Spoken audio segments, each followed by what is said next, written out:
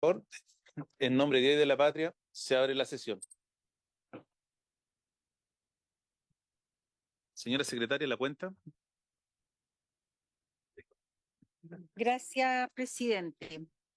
Hemos recibido la excusa de la señora ministra del Interior y Seguridad Pública, quien no puede asistir a esta sesión, pero están en representación del Ejecutivo el subsecretario del Interior, la señora ministra de Defensa Nacional y el señor ministro secretario general de la Presidencia.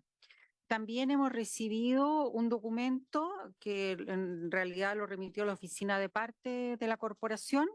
Es relativo a un informe de operaciones de paz al primer semestre del año 2024, que se lo vamos a enviar a sus correos electrónicos.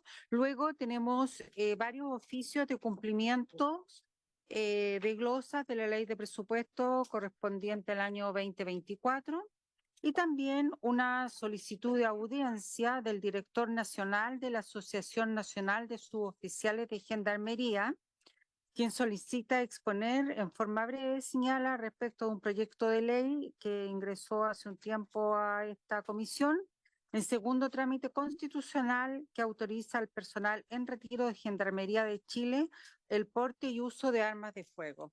Esa es la cuenta, señor presidente. Gracias, secretaria. Ofrezco la palabra sobre la cuenta. Como no hay palabras pedidas, esta sesión tiene por objeto iniciar el estudio de las indicaciones presentadas al proyecto de ley en primer trámite constitucional para la protección de la infraestructura crítica del país, boletín 16.143-02.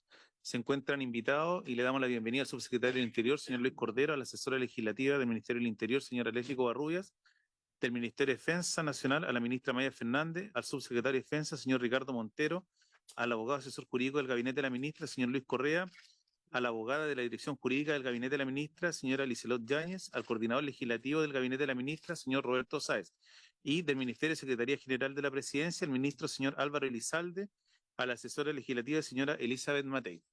Le damos la bienvenida a nuestro invitado y el objetivo de esta sesión, como lo señalé, es comenzar el estudio de las indicaciones, para lo cual le vamos a ofrecer la palabra al Ejecutivo para que pueda hacer presentación de la indicación sustitutiva que presentó en su oportunidad. Ofrezco la palabra, no sé quién va a partir, subsecretario. Subsecretario Cordero.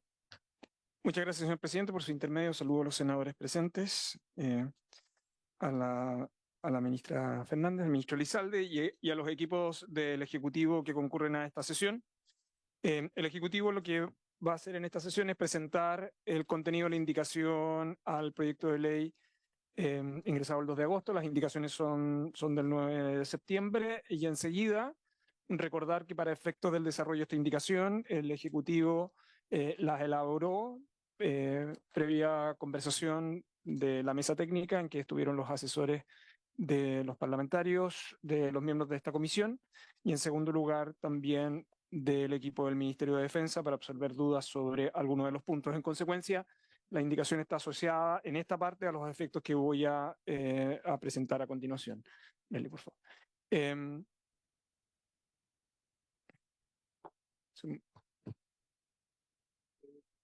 ¿Se mueve?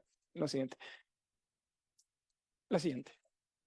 Bien, solo recordar los antecedentes generales sobre este proyecto, que aunque parecieran ser obvios, son importantes porque el contexto general del proyecto, al igual que el contenido de las indicaciones, tienen que garantizar la delimitación en virtud de la cual la reforma constitucional estableció esta nueva atribución al presidente de la República para efecto de la determinación de la infraestructura crítica, la participación de las Fuerzas Armadas y sobre todo el objeto de la misma, ¿no? Es decir, aquellos aspectos que están vinculados a que esa infraestructura pudiera estar en peligro grave o inminente a su respecto, de modo tal que el debate que está asociado al proyecto de ley, al contenido de las indicaciones, son el contenido de esa infraestructura, los elementos que la describen, pero enseguida el procedimiento que está vinculado a ella, en el fondo, ¿no?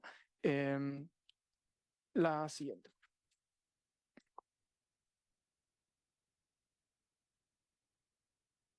Ahora, en el contexto, dado ese contexto, es indispensable entonces entender el eje de las indicaciones del Ejecutivo. La siguiente. Si ustedes ven la estructura de los ejes de la indicación del Ejecutivo, está apuntada a 37 artículos. Varios de estas tienen que ver con observaciones que se formularon durante la discusión inicial de este proyecto y por lo tanto tiene muchísimo énfasis sobre los instrumentos de planificación y protección que están vinculados a infraestructura crítica, las obligaciones, particularmente los operadores de la infraestructura crítica y en específico cuáles son los mecanismos de fiscalización, al igual que el régimen del procedimiento sancionador. Como a continuación voy a señalar, como ustedes van a poder identificar en la discusión en específico, yo creo que hay algunas cuestiones que creo que es conveniente tener en precisión. La primera es que el Ejecutivo, conjuntamente con la discusión que tuvo con los miembros de la mesa técnica, se acordó eliminar las reglas de uso de la fuerza de este proyecto de ley, esencialmente por una cuestión que a estas alturas pareciera ser bastante obvia, y es que las reglas de uso de la fuerza debieran estar establecidas en un solo cuerpo normativo y evitar que se produzcan dispersiones normativas en otros textos, ¿no? De modo tal que las reglas en relación a ese aspecto queden en el proyecto que está asociado a ello en particular. En lo segundo, tiene que ver con algunas de las inquietudes manifestadas por senadores en la presentación de este proyecto para efecto de definir los elementos de la infraestructura crítica y cuáles pueden ser los denominados sectores estratégicos en el fondo, ¿no? Por un lado, en el caso de la infraestructura crítica, ¿no?, estos activos o instalaciones vinculadas a elementos centrales del funcionamiento de determinado tipo de abastecimiento o funciones esenciales para la sociedad, que incluyen desde cuestiones de salud, seguridad, hasta aquellas que están vinculadas al funcionamiento de ciertos abastecimientos esenciales para la población y el funcionamiento de instituciones del Estado. Pero a pesar de eso, la regla mantiene este criterio de infraestructura crítica vinculado a algún tipo de elementos, particularmente aquellos asociados a infraestructuras en red, que son críticos para el funcionamiento de la sociedad y del sistema institucional en general y que tienen como elementos comunes tanto en transporte, en electricidad, en telecomunicaciones, en gas, que son servicios públicos esenciales que funcionan en red y que en consecuencia su interrupción pueden producir grave perjuicio a la población. Quiero recordar sobre este punto que esta no es la primera vez que el derecho chileno se refiere a este tipo de aspectos. El 32 número 20 de la Constitución, a propósito del decreto de emergencia económica, tiene todavía un criterio más amplio, pero a efectos de este proyecto de infraestructura crítica hay una denominación de ese estilo. Y en segundo lugar, la definición de ciertos sectores estratégicos, es decir, la infraestructura crítica está asociada a determinado tipo de sectores que pueden ser considerados de referencia para efecto de la aplicación de esta legislación y que tienen que ver con actividades económicas, productivas o laborales que son esenciales para el funcionamiento del sistema institucional y de la sociedad. Eso sin perjuicio también de aquellos que están vinculados al funcionamiento de las instituciones estatales, ¿no? Lo siguiente tiene que ver con otra de las observaciones que se manifestaron sobre la forma y modo en que se puedan gestionar los instrumentos de planificación y de gestión vinculados a infraestructura crítica, ¿no? Lo primero es el propósito de estos instrumentos para efectos de prevenir, mitigar y responder a potenciales riesgos o amenazas que están vinculados al funcionamiento de la infraestructura. Y por eso lo clave es identificar claramente cuál es el Plan Nacional de Protección y su procedimiento destinado al efecto, que ustedes verán un detenido procedimiento con ese fin. Lo segundo, cuáles son los planes regionales para la protección de la infraestructura crítica que tienen que estar asociados a el Plan Nacional, en ambos casos con actualizaciones periódicas, en este caso cada 2 años, a diferencia de lo que estaba planteado en el proyecto original. El tercero, cómo se define el procedimiento para la incorporación del catálogo de infraestructura crítica, ¿no?, a través de un procedimiento iterativo que incluye evaluaciones, pero también evaluaciones que van a propósito de requerimientos de información y propuestas de la ANI, pero luego también de un procedimiento iterativo posterior por parte de la Subsecretaría del Interior, y el plan que está asociado al operador de la infraestructura crítica. Recordar que este proyecto supone que el operador de infraestructura crítica tiene obligaciones vinculadas a el desarrollo de la misma y por lo tanto hay requerimientos de información de planes operativos respecto de los cuales que si no lo ejecuta tiene procedimiento sancionador. Y además de eso se acogieron observaciones vinculadas al informe de la Corte Suprema en relación al procedimiento de reclamación del mismo. A su vez, y siguiendo con el criterio que señalé con anterioridad, se establece un procedimiento de reporte de contingencia respecto a los operadores de infraestructura crítica, que tiene distintas fases que están vinculadas a la inicial, ¿no? El reporte obligatorio en 24 horas del incidente, la actualización de información en un periodo de 72 horas, el informe detallado en 10 días, y en el caso que se persista, entonces, cuáles son mecanismos de gestión de las incidencias. Y además, dado que los operadores de infraestructura crítica no solo tienen este efecto sobre la seguridad de dicha infraestructura, sino que también los operadores asumen y suponen obligaciones que derivan de la ley, entonces, ¿cuál es el procedimiento sancionador en el caso de incumplimiento de los mismos? Y finalmente, esta regla que para permitir continuidad operacional en aquellas acciones vinculadas a ataques que puedan generar vulnerabilidad, una habilitación general a las empresas del Estado para poder diseñar, construir, fabricar o reparar elementos vinculados a aspectos o piezas que puedan ser útiles para el funcionamiento de los mismos, siempre en el giro de la actividad y vinculados a aquellos operadores públicos vinculados a la infraestructura crítica incorporados en el catálogo nacional. Eso, señor presidente, disculpe, hay un par de cuadros, si me permite, que se ven muy detenidos ahí, pero ustedes lo tienen impresos en sus escritorios, en sus carpetas, que permite comparar el contenido de las indicaciones en cada uno de los aspectos en los cuales se hicieron énfasis distinto a las observaciones que se formularon, tanto en el Plan Nacional de Infraestructura Crítica, en los planes regionales, en el Plan de Protección y en el catálogo. Yo diría que el cambio más significativo, en opinión del Ejecutivo, en esta parte está en el catálogo nacional de infraestructura crítica y especialmente dadas las observaciones que se recibieron en un mecanismo que permita iterativamente generar condiciones de información para efectos de poder quedar incorporado dentro de ella. Eso nada más, señor presidente. Gracias, subsecretario. Ofrezco la palabra. Si alguien más del Ejecutivo quiere intervenir. Ministra. Muy buenas tardes, saludar a los senadores presentes. Un gusto estar acá, presidente. Tal como lo ha planteado el subsecretario Cordero, respecto a los distintos temas, y abordó el título 2 de Instrumentos de Planificación y Gestión para la Protección de Infraestructura Crítica, que permite obviamente generar este catálogo de infraestructura crítica y el nivel de alerta, más los distintos planes. Posteriormente, en el título 5, que regula a la Fuerza Armada la protección de la infraestructura crítica, me quiero referir a él específicamente. En este título establece las atribuciones y deberes de las Fuerzas Armadas en la protección de la infraestructura crítica. Para eso, obviamente, previamente tenemos identificado aquella infraestructura calificada como crítica y que haya sido incorporada en el catálogo nacional. Y para esto el presidente de la República al mando de las Fuerzas Armadas y de orden y de la seguridad y orden público desplegadas en esta infraestructura crítica, va a disponer, obviamente, las instrucciones necesarias para mantener orden público de las Fuerzas Armadas bajo su mando, dar instrucciones a las fuerzas desplegadas para evitar la divulgación de antecedentes de carácter militar y coordinar con funcionarios del Estado, empresas o municipalidades que se encuentren en la zona para la protección o subsanar el daño a la infraestructura crítica. Además, en esto se establecen las atribuciones especiales de las Fuerzas Armadas y Fuerzas de Orden y Seguridad Pública encargadas de la protección de la infraestructura crítica. Aquí se mantiene una coherencia con las atribuciones otorgadas en el DFL 1 del 2023 para el despliegue en el norte y que fueron habilitadas en la reforma constitucional. Es algo que ha planteado ya el subsecretario Cordero.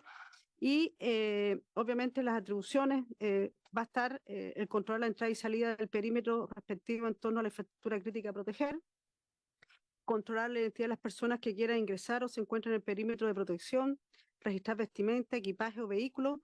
También quedan facultados para realizar control de identidad previo y sobre la situación migratoria de una persona. Es decir, es importante detener a la persona que no dé cumplimiento a la orden de autoridad respecto a las restricciones de entrada o de salida o desobedezca la orden de detenerse.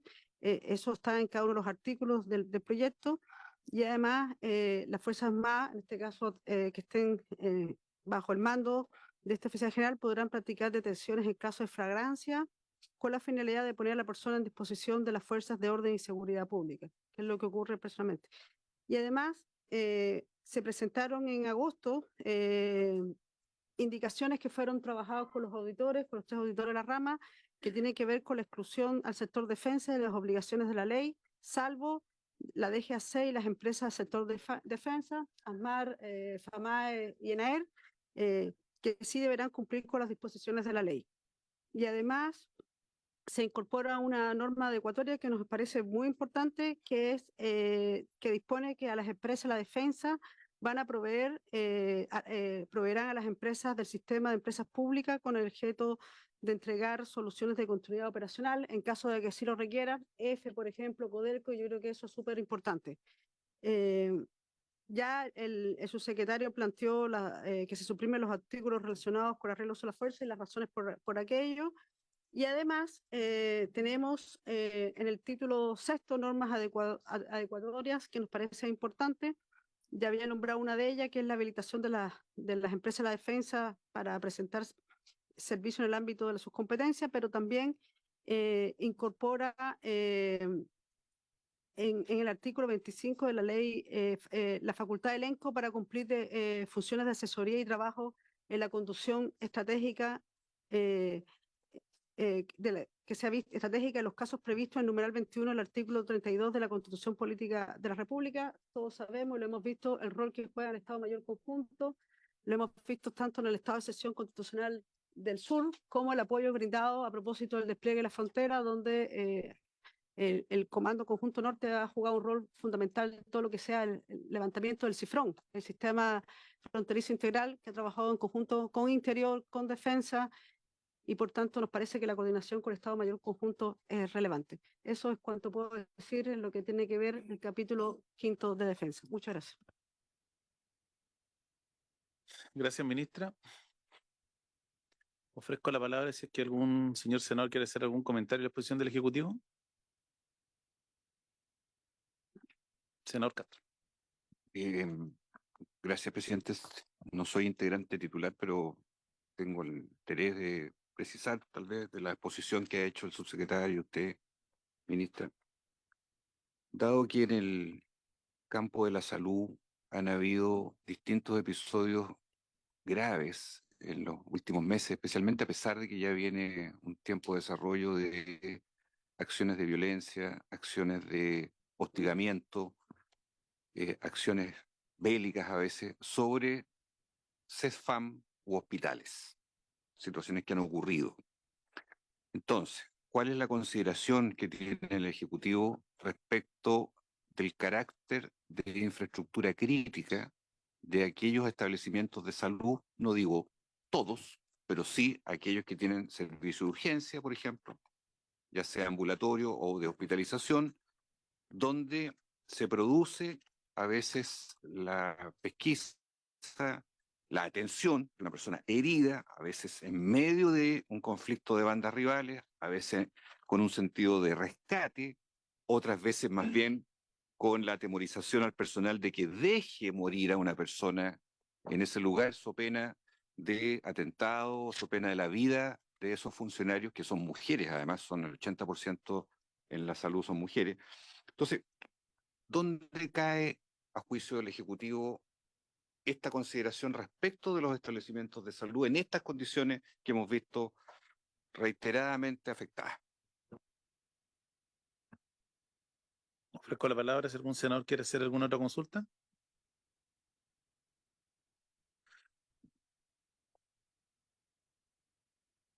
No hay más palabras, entonces, bueno, me gustaría hacer un comentario al Ejecutivo. Junto al senador Huenchumí y el senador Quintana, nosotros presentamos un conjunto de indicaciones que originalmente estaban pensadas en la propuesta original que se había presentado por el Ejecutivo, pero dicho eso, las indicaciones que nosotros presentamos tienen bastantes coincidencias, así como también las que presentó el senador Macay y el senador Puc con la propuesta del Ejecutivo. Entonces, pareciera ser que las diferencias que tenemos en el proyecto son, o sea, algunas son menores y otras podrían ser un poco más específicas. O sea, en concreto, nosotros tenemos un problema o una diferencia de concepción respecto de cuáles son los riesgos a evaluar. Nosotros por lo menos pensamos que los riesgos a evaluar por infraestructura crítica debieran ser mayores a los que está planteando el Ejecutivo, no solamente hechos antrópicos, sino también los riesgos de la naturaleza. Y para eso se hace una propuesta en la medida en que pudieran coordinarse los distintos estamentos del Ejecutivo a través de la nueva institucionalidad que se crea. Yo creo que la segunda, o sea, por decirlo así, diferencia es que el modelo que está proponiendo el Ejecutivo para la declaración de infraestructura crítica es un modelo que es bastante engorroso. La propuesta nuestra, que estaba pensada en el proyecto original, lo que hace es una propuesta de un sistema que es mucho menos burocrático, que es mucho más liviano para la declaración de infraestructura crítica.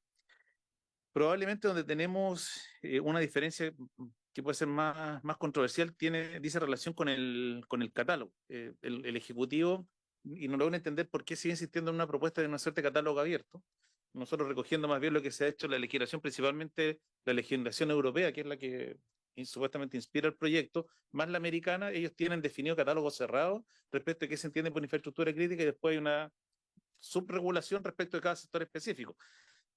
Esa fórmula está pensada en el sentido de evitar la judicialización, porque la lógica del proyecto, como lo está planteando hoy el Ejecutivo, en la práctica va a significar que se puede judicializar cualquier declaración. En cambio, si esto queda establecido por ley los sectores, no va a haber, o sea, en el fondo no se va a poder judicializar todo. Yo creo que esas son las diferencias. Y el otro tema de la declaración de que sea secreta la infraestructura crítica. O sea, pareciera ser que lo que debiera ser secreto, más que la declaración de la infraestructura crítica, son los planes, más que la declaración propiamente tal de qué es infraestructura crítica. Entonces ahí también hay una discusión, eso es abierto. Las legislaciones que por lo menos estuvimos revisando tienen los dos criterios. Uno que es secreto todo, otro que es secreto solamente los planes, las formas de resguardo. Y lo tercero tiene que ver con el tema de despliegue de Fuerzas Armadas. Nosotros hicimos una propuesta con una indicación, con un artículo transitorio que permitiría que en forma mucho más simple que el presidente pueda hacer uso de esta atribución. Porque la lógica de lo que está pensada la indicación del Ejecutivo, si se sigue toda la lógica del proyecto, en la práctica el gobierno no va a poder desplegar Fuerzas Armadas para que usted infraestructura crítica antes de 3 años.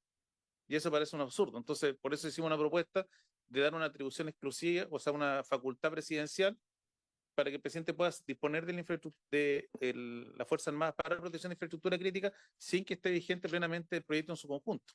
Yo creo que la indicación que presentamos recoge lo que fue el espíritu de la discusión original cuando se le concedió esta atribución al presidente. Pero dicho eso, yo no logro vislumbrar que tengamos una gran diferencia en el tema. Estos son temas más bien de perspectiva. Nosotros recogimos mucho lo que es la legislación europea, que además entiendo que fue la base del proyecto que usó el Ejecutivo, entonces no debiéramos tener muchos puntos de diferencia más allá de estos temas que son absolutamente opinables. No hay un tema que uno pueda decir ideológico detrás del tema, y revisar las indicaciones que presentaron los senadores de oposición están bastante en la línea concordante del Ejecutivo. Subsecretario.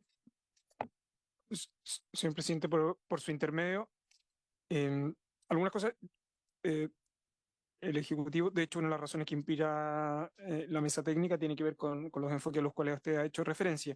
Si me permite, quisiera hacerme cargo de la pregunta del senador y luego a partir de eso hacer algunas distinciones que pueden ser metodológicas, pero que son extremadamente relevantes para poder comprender los alcances del proyecto del cual estamos hablando.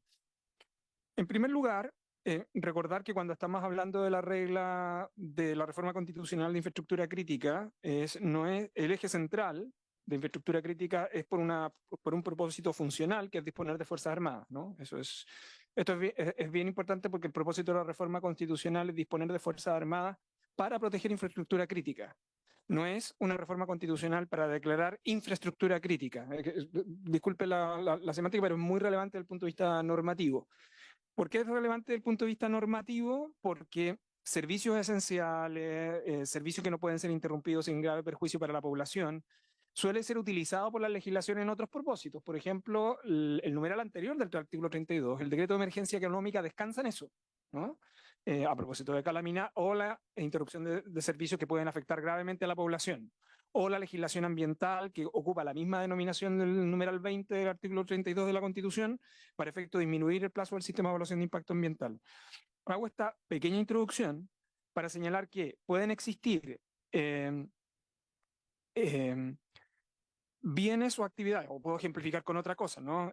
Aquella infraestructura que está calificada como tal por la Ley General de Urbanismo y Construcciones prescinde de determinados tipos de trámites o procedimientos dada su naturaleza, por ejemplo, la infraestructura de seguridad o la infraestructura de electricidad. Lo que quiero decir es que la esencialidad de la infraestructura, que está dispersa en distintas reglas del sistema jurídico chileno, tiene propósitos muy distintos. Y uno de los aspectos que al Ejecutivo le interesa clarificar que en el proyecto de infraestructura crítica es para cumplir el mandato del numeral 21 del artículo 32 de la Constitución, es decir, para la disposición de Fuerzas Armadas, con los efectos que esto tiene. Y eso significa distinguir la probabilidad de que un establecimiento de salud pueda ser calificado como infraestructura crítica para efecto de esta ley, de otra cosa muy distinta, que son las coberturas que deben tener centros de salud por razones de seguridad pública. Que creo que son dos cosas completamente distintas. Porque, entendiendo su inquietud, senador, de hecho, la inquietud que está planteado forma parte del plan de trabajo entre la Subsecretaría de Redes Asistenciales, el Ministerio del Interior y Carabineros de Chile para clasificar los establecimientos de salud en condición del riesgo y en condición del riesgo de establecer determinados tipos de operativos policiales que van desde custodia permanente de esos establecimientos 24 horas u otro tipo de mecanismo.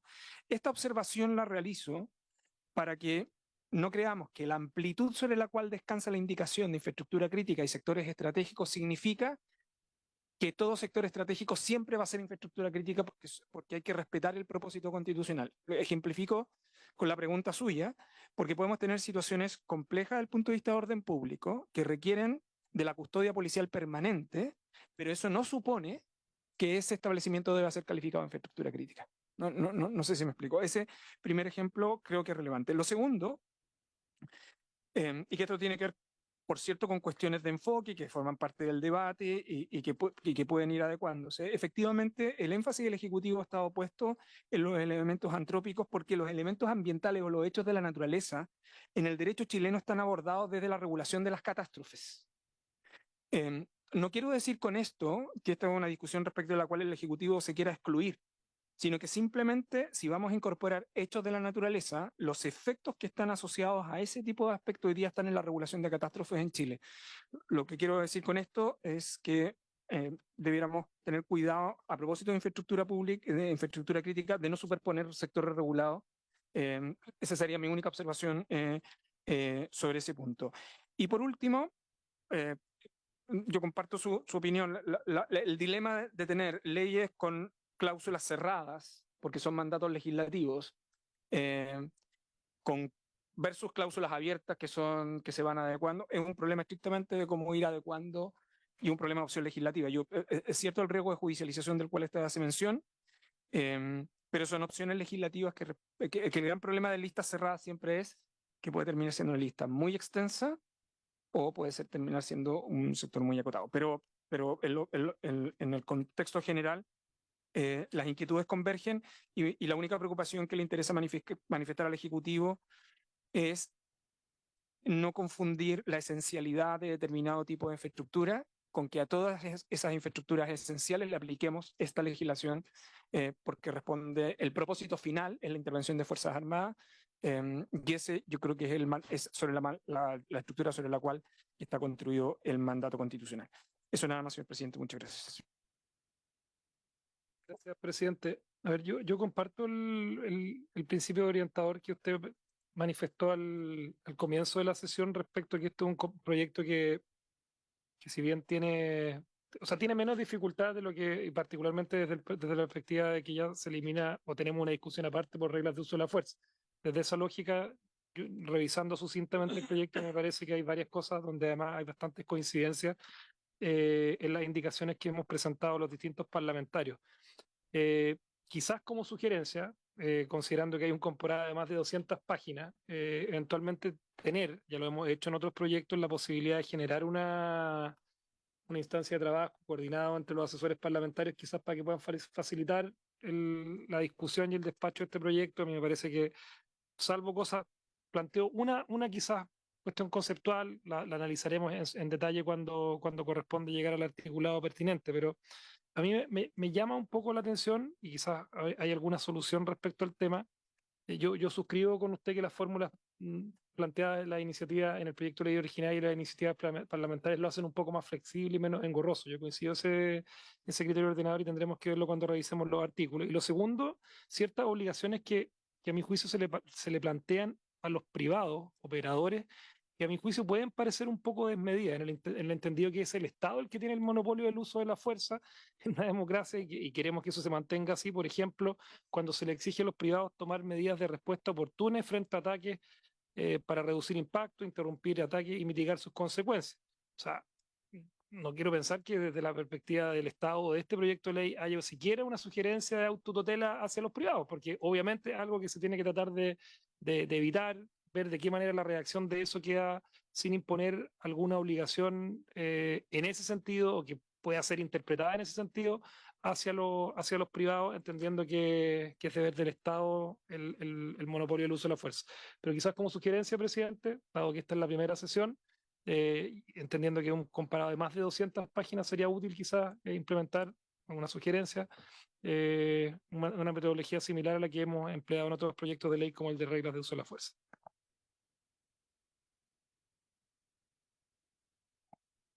Sí, señor presidente, por su intermedio. El Ejecutivo, por cierto, está abierto a la metodología que ustedes dispongan. De hecho, en proyectos de estas características, la experiencia de tener mesas técnicas con los asesores de vuestras señorías ha sido extremadamente útil. Solo quiero hacer una precisión para efectos de la claridad de la discusión.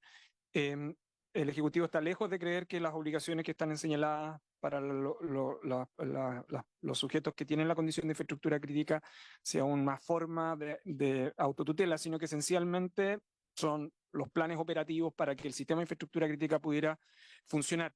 Esto no es muy extraño, especialmente en el caso de industrias reguladas, que son calificadas de esenciales de los planes que hoy día actualmente tienen, no lo que puede pasar en gas, en electricidad, en telecomunicaciones. Pero esa es la guía sobre la cual ha sido construido esta parte del proyecto y no imponiendo otro tipo de obligaciones que están vinculadas a las fuerzas de orden o la fuerza pública, esencialmente. Eso nada más, señor presidente.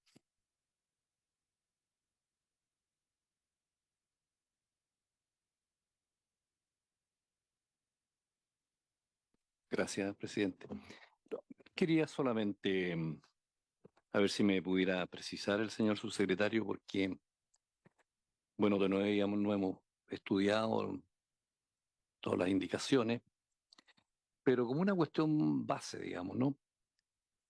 Yo entiendo que aquí de lo que estamos hablando como una cuestión fundamental es que aquí con el número 21 del artículo 32, lo que hicimos fue darle una nueva función a las Fuerzas Armadas,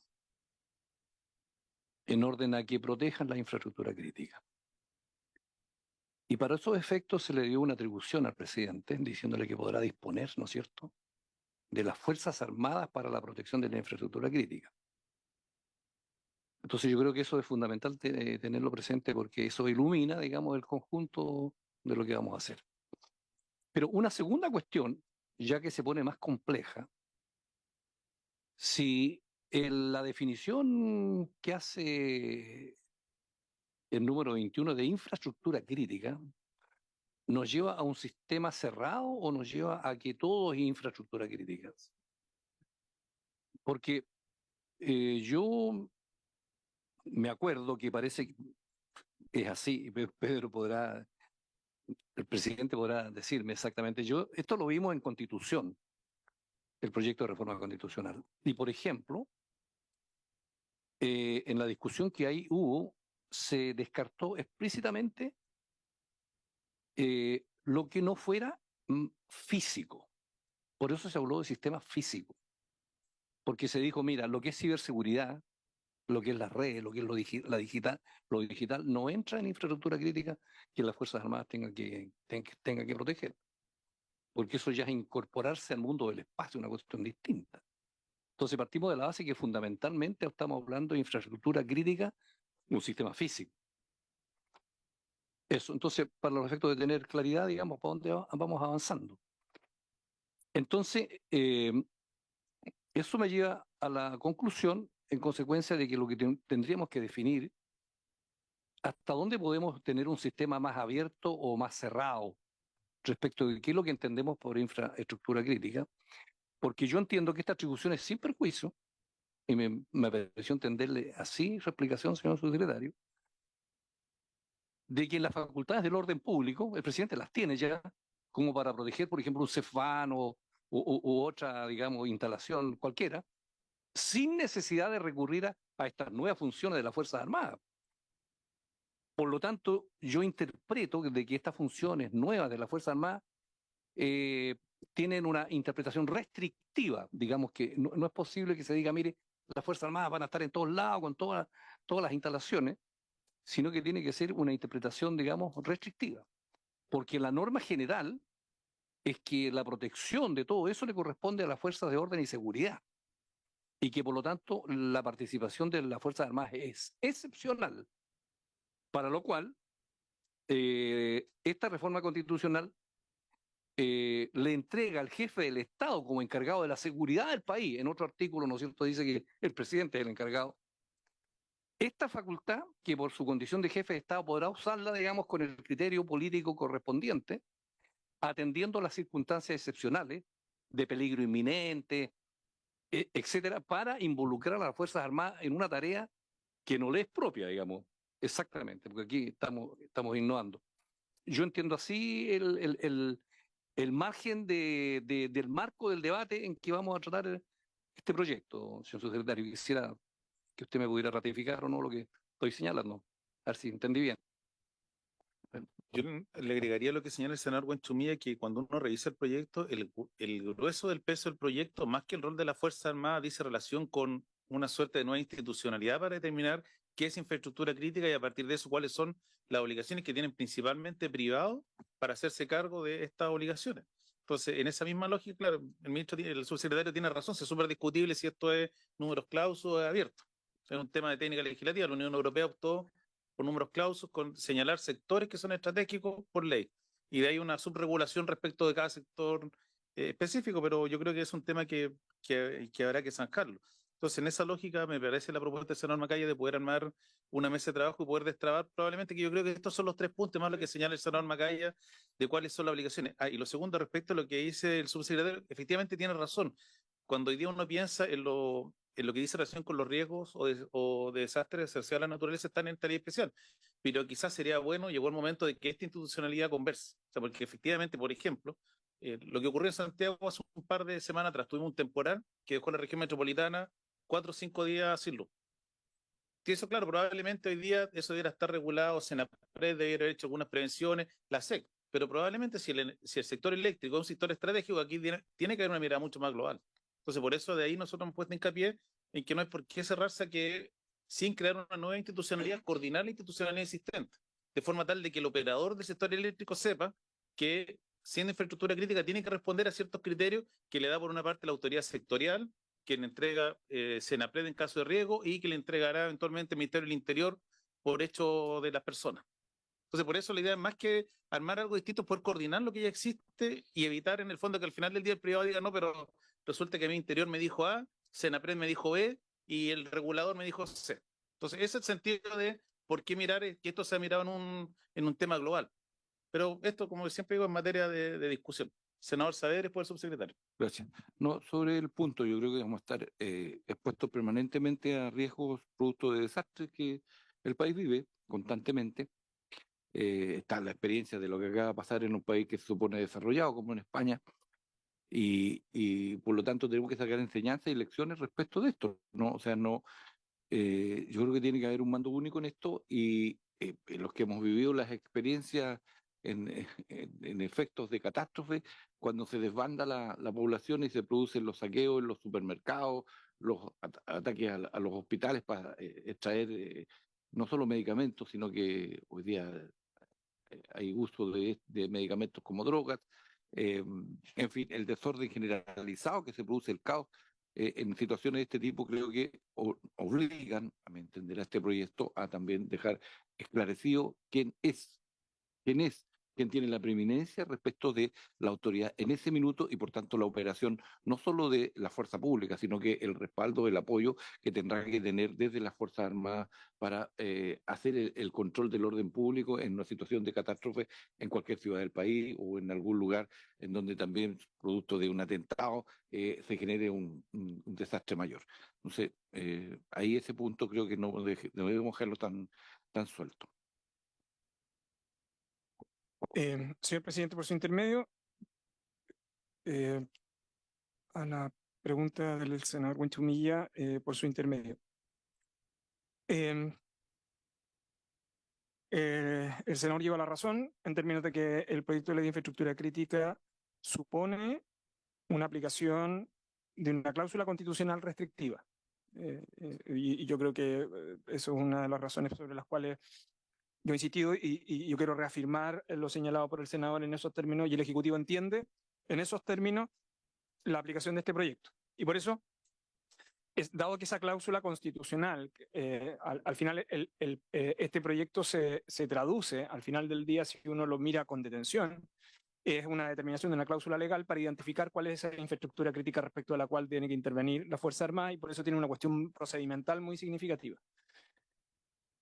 Y por eso creo conveniente, y a propósito de aquí lo que se ha dicho, es tener siempre presente la discusión de este proyecto, es no superponer cuestiones que pueden ser resueltas por otra vía, aunque sean infraestructuras esenciales para el país, el debate clásico de salud o, por ejemplo, de servicios públicos sujetos a regulación pública, así que tienen garantía de continuidad, ¿no? Electricidad, agua potable serían los ejemplos. Lo segundo tiene que ver con que también cree el Ejecutivo que es conveniente distinguir, para efecto de que todos lo tengamos presentes, eso simplemente, que Chile se ha dispuesto a una regulación para desastres naturales, que es la ley 21.364, donde no solo están los comités de riesgos que están regulados, sino que además existe regla expresa de la forma y modo, la ministra se puede referir a eso, si me permite, señor presidente, o si usted lo estima, de la participación de las Fuerzas Armadas en catástrofes, de acuerdo a la legislación ordinaria. Y también de acuerdo a cláusula constitucional, porque hay un estado de excepción que es el estado de catástrofe. Entonces, la atención de infraestructura crítica requiere tener presente permanentemente esos equilibrios, porque si no, se producen superposiciones en un aspecto, creo yo, que todos compartimos, y es que, claro, cuando el operador es público de infraestructura crítica y tiene monorregulación, es decir, hay solo una persona que la regula, cumplir obligaciones de infraestructura crítica es una más. Pero cuando es un operador público, una empresa del Estado, por ejemplo, Codelco, sujeto a múltiples reguladores, o un privado que ejecuta un servicio esencial, tiene sobre él muchos reguladores públicos que pueden terminar imponiéndole obligaciones que puedan ser contradictorias. Esto es simplemente ejemplar y para que nadie se sienta meramente ejemplar. La industria forestal en relación a la industria eléctrica a propósito de determinado tipo de tendido que tienen que ver con medidas preventivas para prevención de incendios, por ejemplo. El regulador CONAF, el regulador LASEC. Estoy simplemente ejemplificando con casos que llegan a tribunales, ¿no? Porque dan cuenta de superposiciones de competencia. Y por eso para el Ejecutivo es tan relevante, dada la importancia del proyecto de ley que tiene infraestructura crítica, no desnaturalizar la excepcional del 32 número 21, teniendo presente que para las otras inquietudes planteadas, el sistema institucional tiene mecanismos de acción y reacción, y en cualquier caso, si convergen, el proyecto debiera permitir la solución para efectos de evitar duplicidades, pensando fundamentalmente que Fuerzas Armadas, ¿no? Por ejemplo, interviene sin cláusula excepcional constitucional, pero sí, por ejemplo, por la ley 21.364 cuando hay desastres naturales. Nada más, señor presidente. Muchas gracias, presidente. Solo decir que en caso de desastre, nosotros además de participar como Ministerio de Defensa, los CORIT, está el Estado Mayor Conjunto como un actor. Yo creo que es importante tenerlo, de hecho va propiamente porque es parte del COGRI, de lo nacional, pero además nosotros tenemos autoridades militares regionales designadas en cada una de las regiones. Es decir, que son parte de los comités regionales, locales, que es muy importante, porque la ley siempre se pensó de abajo hacia arriba. Y por tanto tenemos la designación de autoridades militares regionales y tal como lo ha dicho el subsecretario, en caso de, hemos tenido grandes catástrofes, hemos tenido estados de excepción constitucional que habilita la participación con un jefe de la defensa, como han sido los últimos casos, tanto en la quinta región o en el sur, que ha llevado adelante las tareas de las Fuerzas Armadas en esos casos propiamente tal de catástrofe y emergencia. Eso es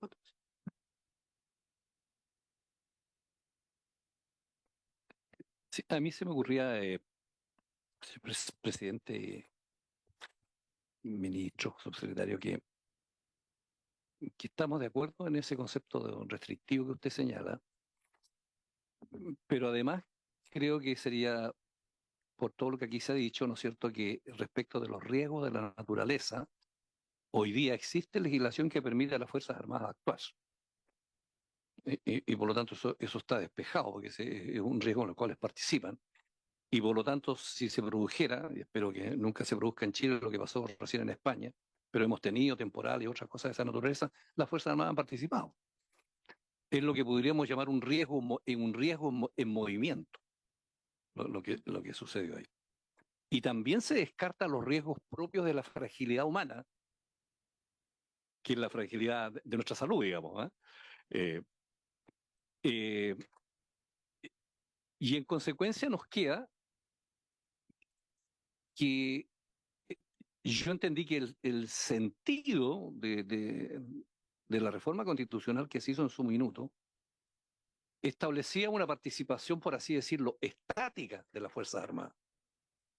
Por algo habla de protección a la infraestructura. Y por lo tanto, esa es la nueva tarea de proteger, digamos. ¿Proteger de qué? Proteger naturalmente de la acción del hombre, digamos.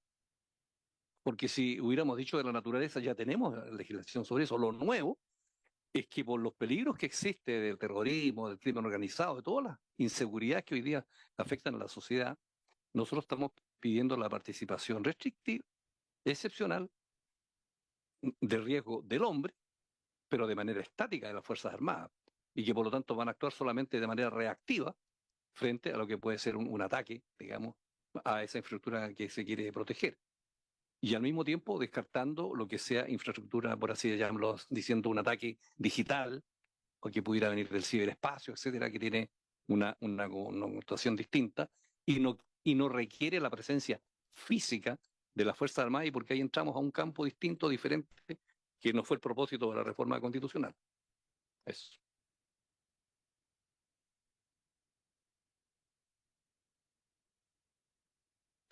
Entonces, armaríamos la mesa técnica, esa estaría a cargo de la subsecretaría Interior. ¿Sí?